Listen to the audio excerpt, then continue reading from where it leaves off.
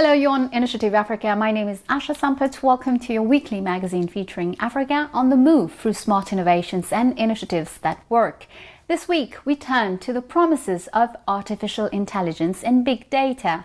Do they represent a new opportunity for the continent? Let's find out. But first, here are the main highlights today.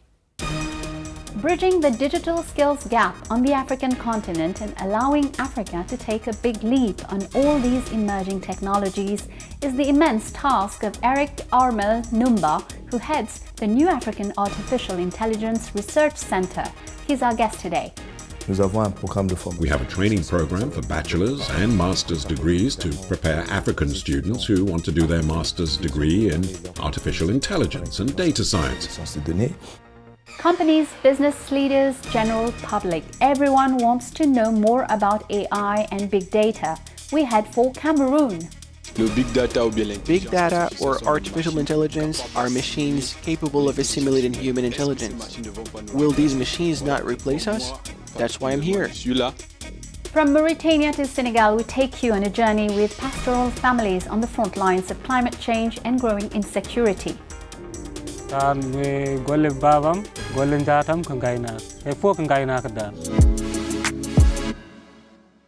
Is AI and big data the new El Dorado for African businesses? In any case, the continent's decision makers are increasingly focused on developments in the fields of artificial intelligence and big data.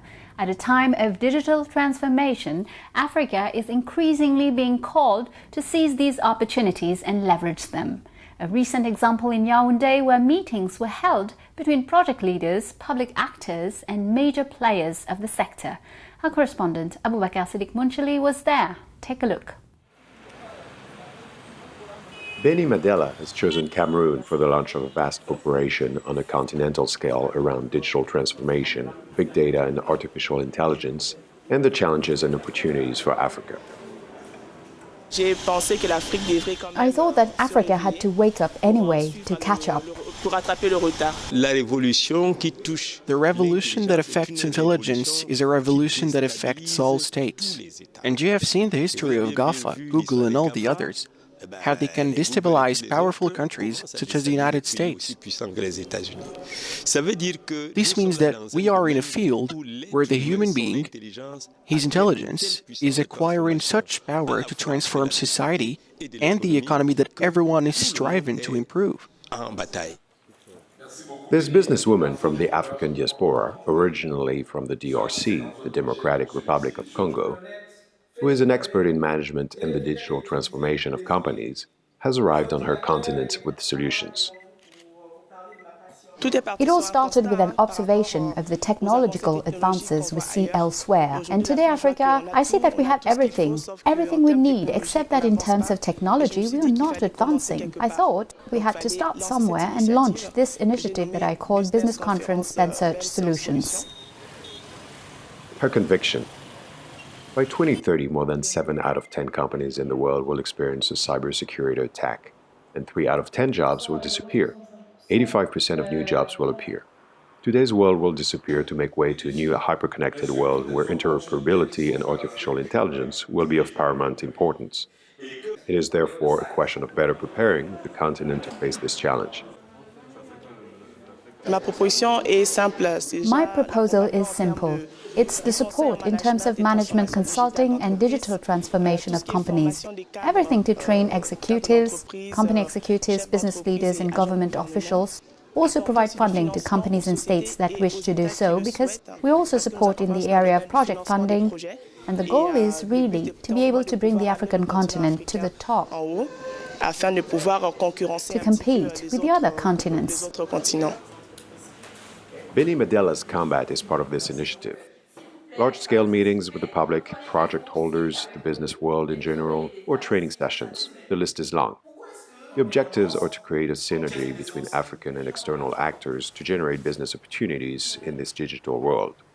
And the fact that it was held in Cameroon in August 2022 was the right time, perfect timing to fill a huge expectation. Our interest is very particular because we are the first African supplier of telecommunications equipment.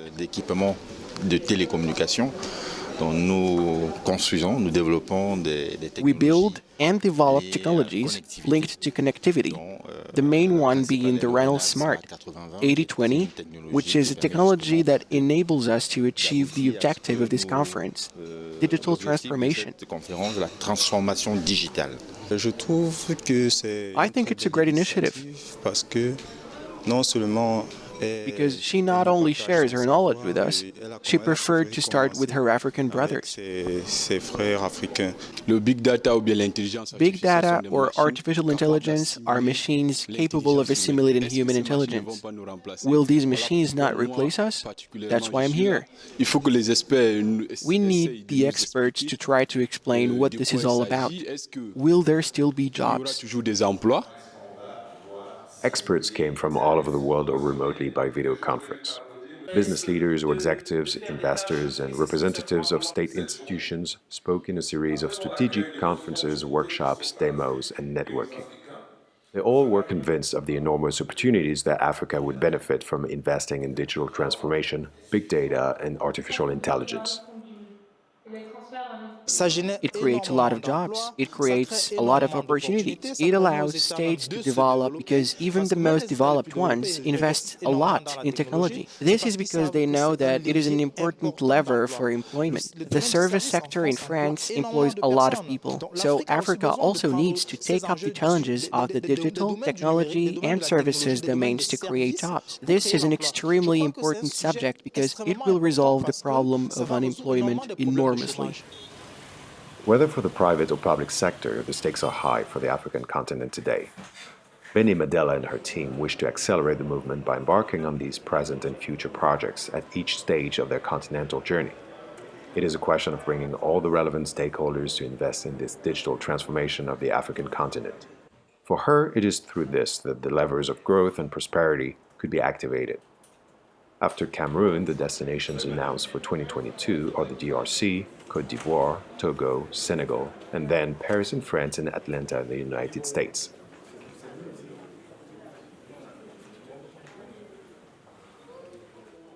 And precisely, our guest is a great ambassador of French-speaking researchers in artificial intelligence, Armel N'Doumba, the president of the new African AI Research Center in Brazzaville, wants to be a champion of these new technologies and is an advisor to the government. He became the vice president of the new Francophone network in artificial intelligence created by the Agence Universitaire de la Francophonie, the AUF. Laurent Soustras and Nicolas Margeron met him on the sidelines of the Scientific Francophonie Week held recently in Cairo. Listen to him. Armel N'Doumba, hello and welcome on Initiative Africa. We are at the Scientific Francophonie Week in Cairo, and you have just participated in the Francophone AI Network launch. What is it about? The network that has just been launched here, and for which I was elected vice president, can serve as the technical arm of the University Francophone Agency on a rather specialized theme, which is no less than artificial intelligence. You have been elected vice president of this network. What will be your agenda?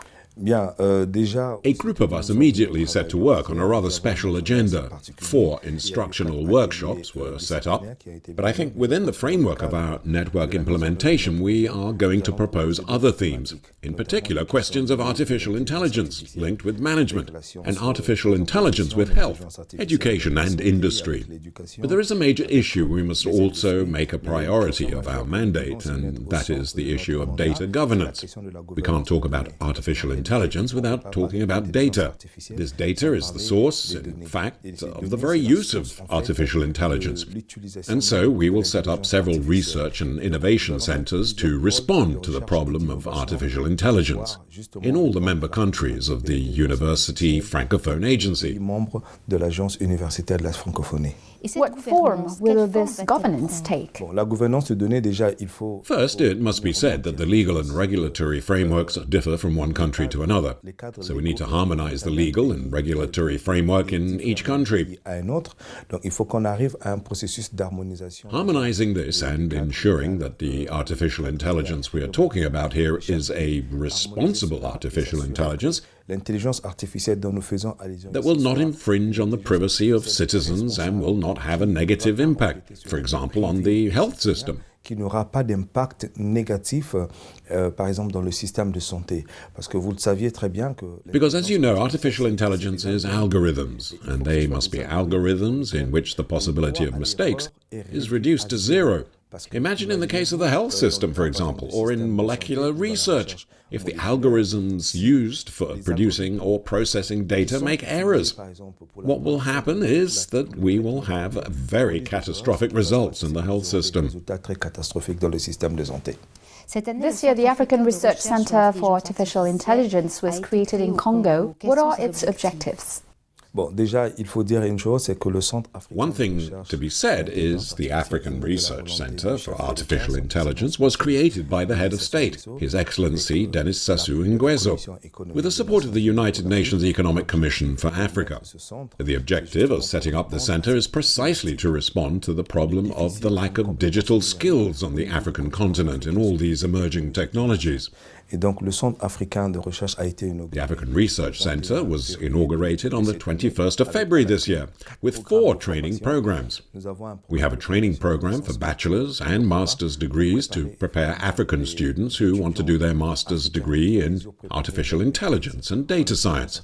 And then we have another program, CARIA, the African Artificial Intelligence Research Center, which is a certification program for employees of public and private companies who want to deepen their knowledge of artificial intelligence and other emerging technologies. And we also have a program called Career Power.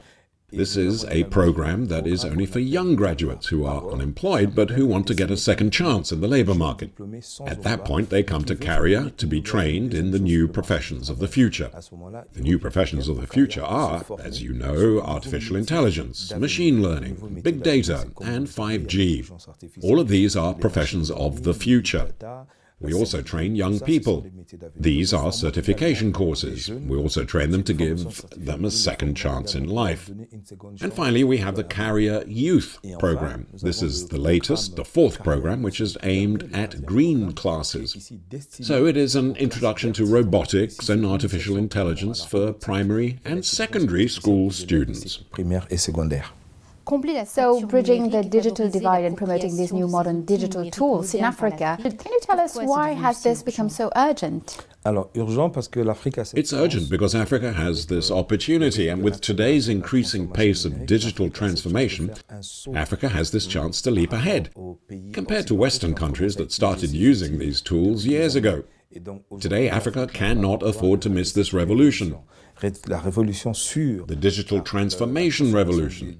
But there is another revolution, the data revolution. Today, Africa has the opportunity, compared to other countries, already developing countries, to seize the opportunity to absorb all these emerging technologies. Therefore, all the states have been asked to speed up, to review the school curriculum of students, and determine the extent the curriculum should include programs linked to the development of digital skills, the development of new technologies which are here to disrupt our daily lives. You mentioned schools. What about education? Should these tools be used in primary schools in Africa? I have already said we must introduce our young primary, secondary school students to digital tools at an early age, and that's the key, as it's been proven.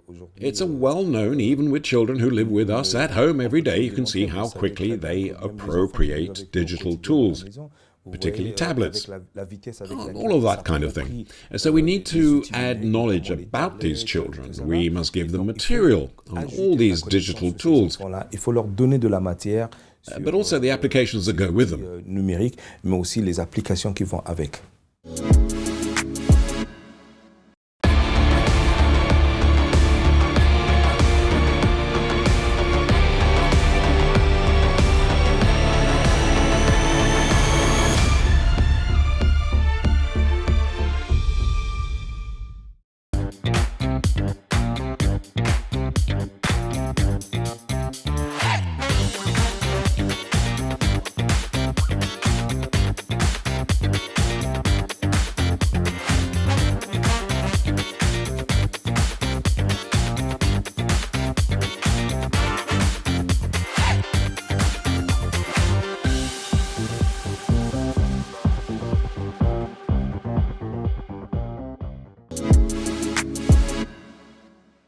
Welcome to the second part of our show. I'm now taking you on an extraordinary journey that illustrates the daily constraints posed by environmental degradation, the transhumance of pastoral families in the Sahel. They travel from Mauritania to Senegal with their animals. 20 million people live from livestock in this vast region, and for the majority of them, the depletion of natural resources, water and pastures leads to conflicts and insecurity. But since 2015, herders and villagers are gradually learning to dialogue through local committees. The Regional Support Project for Pastoralism in the Sahel, financed by the World Bank, has also achieved exceptional results. Take a look.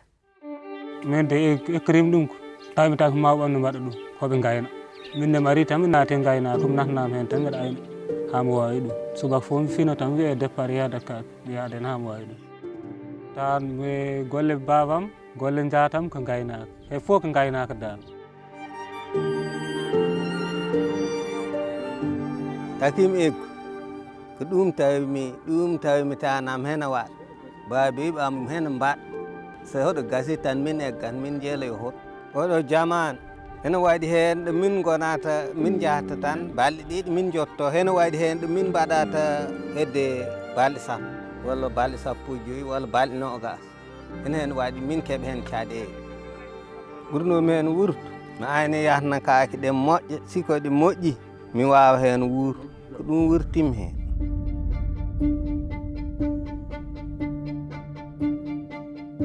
mbeɗa wona ko mbawi sifde minen noon min keyita so minen egg min dentino damnir amen fof ha kawra min cuuro eyo min gadda daabeji amen min dow bagage amen min jaltin min tega dow saret so won paari min kaɓɓa ha teeɗi min kaɓɓa bonɓe amen eyi kaake ɗe départ jawta jaada gaynaka eyi sarteji ɗen kaɓɓa gabbo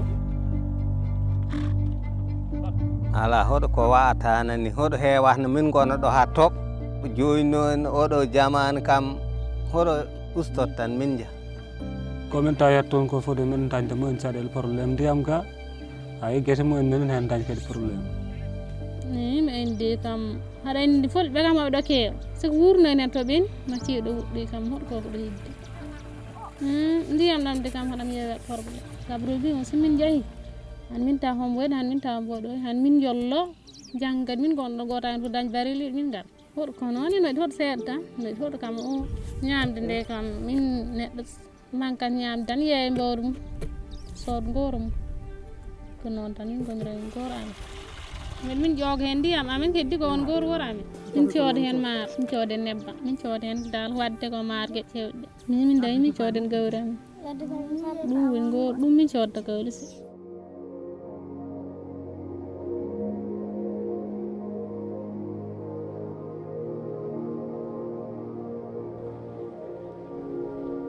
jafe-jafe yi may jànkuwante ak ñoom damay xëy fii di béy ba wàcc nit jóge fu Saalum ñëw fanaanal ci pegg tool bi xëy na sax gisul tool bi mais day jur gi dañuy wëtt guddi rek du ko yëg mën naa am fekk yëg ko mën naa am fekk yëg na ko waaye man fekk man béy naa ba ñibbi jur gi wëtt guddi ñëw fekk ñu dugg tool bi yàq lu bëri ma ñëw rek fekk ñu yàq sama ko toppee du ma ci man moom dara day ñàkk waaw damay ñàkk li mu waroon a am rendement bi day wàññiku.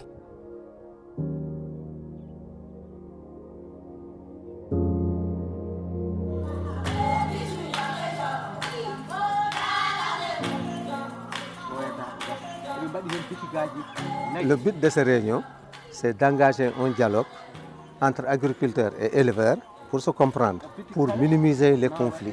On discute et on trouve des compromis.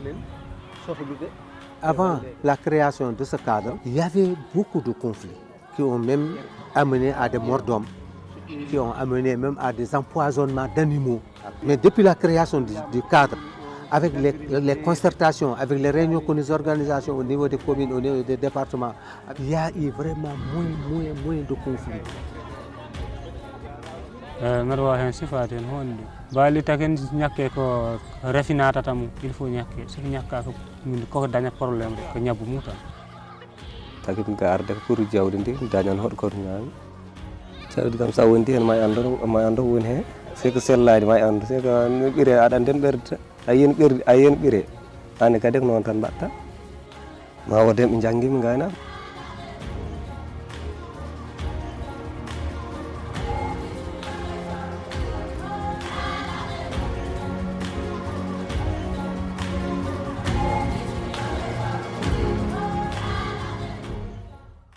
Let's get back to our guest Armel N'Doumba for the second part of his interview.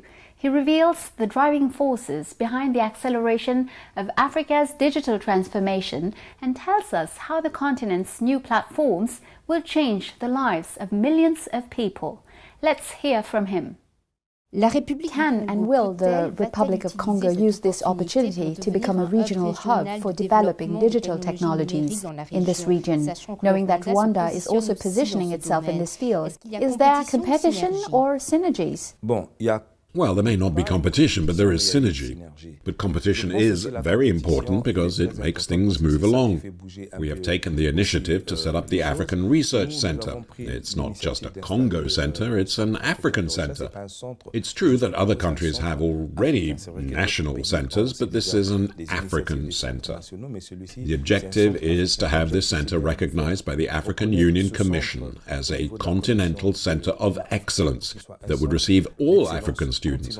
And the idea is to transform the Congo into a hub, perhaps for technologies or for a specific subject. Because if Rwanda develops other topics, then why not? Congo can also become a champion country for other initiatives. We have already been designated initiative country and champion country twice by the United Nations Economic Commission for Africa. And it's not our first project. We have already carried out several projects for which we have been designated as a champion country, like Rwanda. When you think of the digital industry in Africa, you see Kenya, South Africa, Nigeria, and now Rwanda. Why do you think these countries have succeeded? Well, two things here. First, the problem of popularizing initiatives. Other countries are working, but we must see whether these countries can promote their initiatives to make their products and services known at the country level and on the national and international markets as well. That is a problem. Kenya may have the capacity to go faster. For example, you know Kenya today has been a reference because of M-Pesa, but other countries are still laboring. The objective here is to work together and encourage the states and the governments to popularize digital products and services created by nationals on the national and international markets. What role can incubators play in developing truly useful applications for Africa? No, the incubators have a role to play, a very important role to play in the development not only of skills, applications, but also in management. Because today Africa needs a lot of startups, not only stand-ups, but startups. We need people who create, and when they create applications, how do we place these applications into the labor market? How to spread the use of these applications, how to support, collect, and raise funds to operationalize their products and services. That's the problem. And that is the role of an incubator. It incubates, prepares, and puts it in touch with the institutions capable of raising funds to support this type of initiative. You are a cybersecurity expert. Is cybercrime a major concern in Africa? Well, first, cybersecurity. Cybersecurity is a major concern in Africa because today cybersecurity is at the center of all government programs in African countries. You cannot talk about digital transformation without data security, infrastructure security, without IT system security. And today you can see the costs of not having this security. Many states have lost a lot of money because of cybersecurity risks. So this is a concern. I think that in all development programs today, cybersecurity is seen as an investment, not an expense. Having said that, governments understand the stakes involved in cybersecurity.